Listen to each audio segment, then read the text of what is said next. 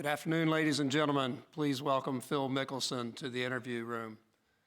Phil, you started the day 10 shots behind the lead, and you fired a 7 under par 65 to leap into contention. This makes 10 top 3 finishes in the Masters, along with your 3 victories. Congratulations on being runner-up today. Well, thank you. It was a fun day, and you just never know what could happen. There was 9 holes left to go when I walked off the golf course. I was 2 behind, and John played an amazing back 9. I mean, a lot can happen on that back 9. A lot of good can happen, a lot of bad, and he played some incredible golf all week long, and is a very worthy champion. He's easy to see why he's regarded as the best player in the world, and he validated that today. John. Phil, I think, was it in the last 24 hours, you said, there's a 65 in me. You were playing well. This was one of them. Is there more to come?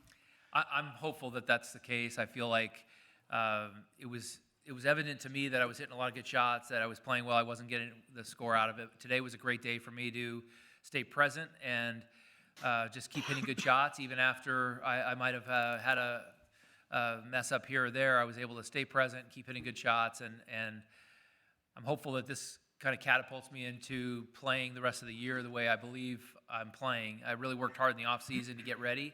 I've been shooting some really low scores at home, and today I kind of let it happen rather than trying to force it, and I had a really good day and made some noise. Unfortunately, it wasn't enough, but it was really a lot of fun for me to play at this level again, and it's encouraging for me going forward the rest of the year.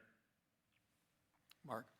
Phil, what did you learn about yourself this week and just being back at Augusta National, a place that is special to you? How much did that help you get back in groove?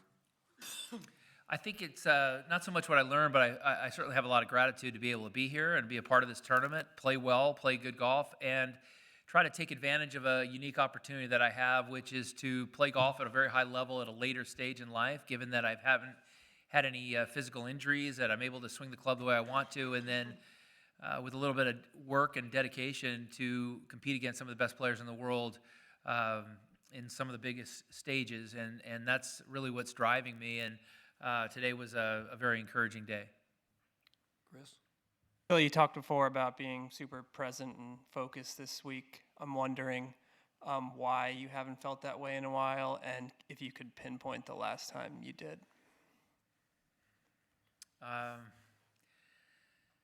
I don't know. It's been a while since I have been able to, focus the way I want to. Obviously, Kiowa was a good week, but I mean consistently, week in and week out, day in and day out. And it's starting to come. A lot of it is just things that I need to do off the golf course too. Diet, exercise, and so forth, and to help with brain function and things like that. But additives in coffee is a big thing for me. I don't think things I eat on the golf course are a big thing. Like all those things factor in, and my brother did a great job on the bag this week when my focus was kind of waning. He would tell me some stories, tell me some dad jokes, and just kind of got me refocused and more present. And again, I think that's biggest challenge for me lately, because I feel like I'm executing a lot of shots, but I just need to be a little bit more present. David. Yeah, Phil, I wonder if, Phil, just real quickly, the clubs at 6 and 17, which were both particularly good shots. Thank you. The shot on 6, I drove an 8-iron. It was, I think it was with the downhill playing 169, and we had a little bit of hurt, but I try to hit a kind of what I call flattening the apex of an 8-iron, so it flies in flat, and it just drove in there and stuck a couple of feet, which was really nice. And then 17, I ended up hitting a 7-iron. And just kind of held it a little bit in that left to right wind, and then let it fall to the right, and it almost went in. Those were some good shots. Thank you. Gary? Phil, how much of this was this week? How much of this was institutional knowledge? How much of it was you finding something technically? And how much was it of you responding to this environment which you've always responded to? I don't think it was so much technical, because I feel like I've been actually hitting shots like this for quite some time. But what was happening was Thursday was the epitome of what happened. I hit a lot of great shots. I had a chance to turn a 66, and I'd turn it into 71 because I'd make 2 or 3 loose swings. And But technically, I've been playing and performing really well, but I would just have these few lapses. And I think when you come here to Augusta, you end up having this sense of gratitude. It's hard not to. Like, this is what we strive for. And there's a kind of a calm that comes over you, the fact that we get to play and compete in this Masters. And I think we've all been very appreciative of that. And I know after missing last year, to be here this year, it means a lot to me. And it means a lot to me to be a part of this tournament going forward. I love everything about this because it's what I dreamed of as a kid to be a part of. And I've got so many great memories wrapped up here at Augusta. Joy. Phil, you and your brothers have been mentor to John. Did you see a major champion or a Masters champion in him when you started talking to him first? And just tell us about what you thought of his performance over here. My brother Tim was his college coach for 4 years there at Arizona State. The first time I played with him, we played Whisper Rock. He shot 62, and I thought I played pretty good, and he gave me a pretty good beatdown. So I am not surprised at his success. I mean, it was obvious to me at a very young age that he's one of the best players in the world, even while he was in college. And to see him on this stage is not surprising to anybody, but it's hard not to pull for John, too. You know, he's such a good guy. He's got such a great heart. He treats people so well that I think the world of him as a person, and as a player, that's obvious how good he is. Paul. Bill, with some of the kind of blows of the last 2 years to your reputation and image, I don't know if do you feel like this performance over these 4 days and the fans seeming to kind of warm to you a bit again, do you feel like this is a step forward to kind of restoring some of the damage, or whatever the right word is, of the last 2 years? And did you feel like you were carrying the mantle? There's separate issues. Golf and the professional golf ecosystem and how that's been handled throughout my career, two totally separate things. One follow-up, did you feel like kind of carrying the mantle, though, for Liv, with Brooks was up there, and then you kind of get in contention? Was there a little bit of competition with the guys from the other tour? I wouldn't I wouldn't look at it like that. I am very appreciative that we're here, that we were able to play in the majors, and I thought it was exciting that this tournament rose above it all to have the best players in the world here and lost all the pettiness. I thought that was great. I'm happy with where I'm at. I wanted something different for a lot of reasons, and I'm getting a lot out of it because having a team environment when I was in high school and college golf, it elevated my game, having players to play with, compete with. It brought a great energy and excitement, and that's what this is doing for me at Liv. I'm not saying it's for everybody, but it's been awesome for me, and I love it, and I'm excited to go play in Australia, but I don't want to, this tournament isn't about what tour you play from. There's players from all over the world, many different tours, and you're bringing the best players to play against each other here in the majors, and that's what it's all about, and that's what the game of golf should be. I mean, there's always going to be, and should always be, a place for historical events like this, but it's okay to have a little bit of different and variety in the game of golf. Adam.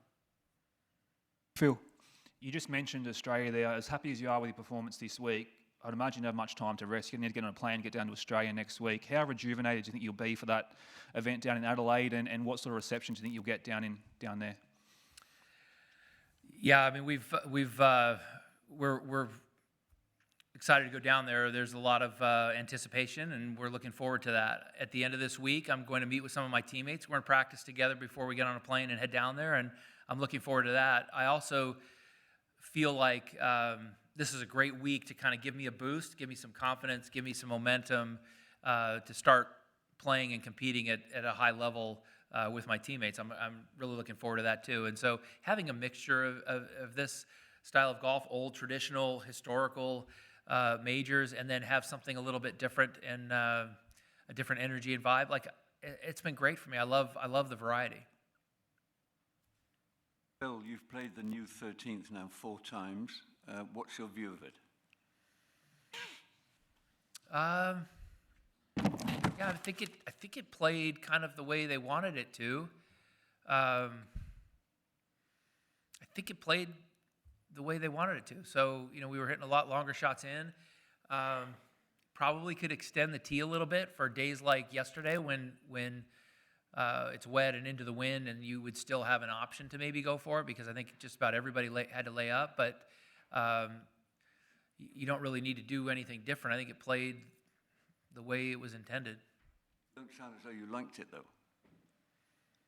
I'm not saying whether I like it or not. I mean, I think it's playing the way they intended it to play. I mean, I like going for that hole. I just couldn't reach it this morning when it was, into the wind and wet. And I liked having a chance to kind of go for it. I think it's what makes that hole so exciting is that risk-reward opportunity. And when it's taken away, nobody really likes that. But it was only taken away one of the 4 rounds, I thought. And so I thought it played pretty good. I mean, kind of the way they wanted it.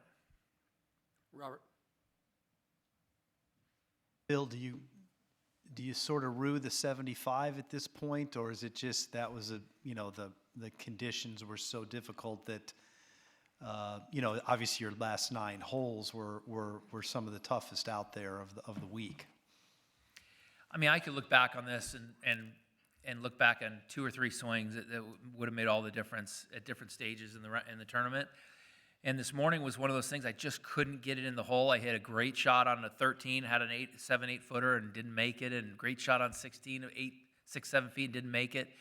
And so sometimes you get in those moments where it's just you're not quite connecting with the target, and you're not quite getting the ball to go in or where you want it, and then it flips. Somehow you just it flips like it did later today. So I don't know what I could have done differently, other than, have the ball go a little bit more in the hole. I mean, I don't know what I would have done differently there. In the first round, there's some swings that I can identify and say, that really hurt. Just 2 more questions. Jay? Bill, right here. Did you feel any different coming down Magnolia Lane this year than you have in years past? I would say it would be the same. I get the same feeling every time I drive down. That same feeling of excitement and history and tradition and everything that kind of goes through your mind when you're driving down Magnolia Lane and playing Augusta National. And it doesn't matter if I'm playing in the tournament or if I'm playing a practice round. I get the same feeling every time I come to this place. And I think we all sense what a spiritual place Augusta National is for those of us who love the game of golf. And one more thing. Are you going to play in the PGA Championship? Yes. Okay. Thank you. In the back, David. I feel, first of all, I'm from China. English is not my mother tongue. So if I say something that might be offending, I hope you... Did you go to Stanford by any chance? You have that No, sweatshirt? I got a, Somebody gave you that sweatshirt? who went to Stanford. Yeah. Okay. Yeah, all right. Nice. I met you, actually. Oh, okay. My question is that on behalf, I'm not a pro media guy. It's on behalf of fans from China. We're just curious about, a couple months ago, there's a joke from you, about, a match, possible match between the PGA Tour and the LIV guys, like you, all right? You said, we're gonna finish them right away. And is that kind of a joke, or It was just you a really joke, mean yeah. I was just trying to be funny. Okay, thank you. And congratulations on this fabulous finish. Thank you. You're amazing out there. Thank you. Thank you. One more question, Ann. Hey, Phil, can you talk about the key to your longevity and staying injury-free? I would give a lot of credit to Sean Cochran, who's been the trainer for 20 years. When we started working together, the idea was to elongate my career rather than to bulk up and try to hit it farther. We've added a physical therapist with Gino Cinco, and I've been working on maintaining flexibility and all that stuff. But also, when I turned 40 and got psoriatic arthritis, I had to change my diet and become accountable for my overall health and wellness. And so that's where the whole coffee thing started. I never drank coffee until then, and didn't realize, what a great way of antioxidants intake that is, and all of that stuff. So I had to be much more accountable to my overall health and wellness off the golf course, as well as maintaining strength and flexibility. So it's been a combination of those things, but the mindset in fitness and training is not to bulk up and get big muscles, but it's to create elasticity and flexibility. Well, Phil, with a 31 on the second 9 and a 65 today, it was certainly working. Thanks, guys. Have a good day. Thank you. Happy Easter.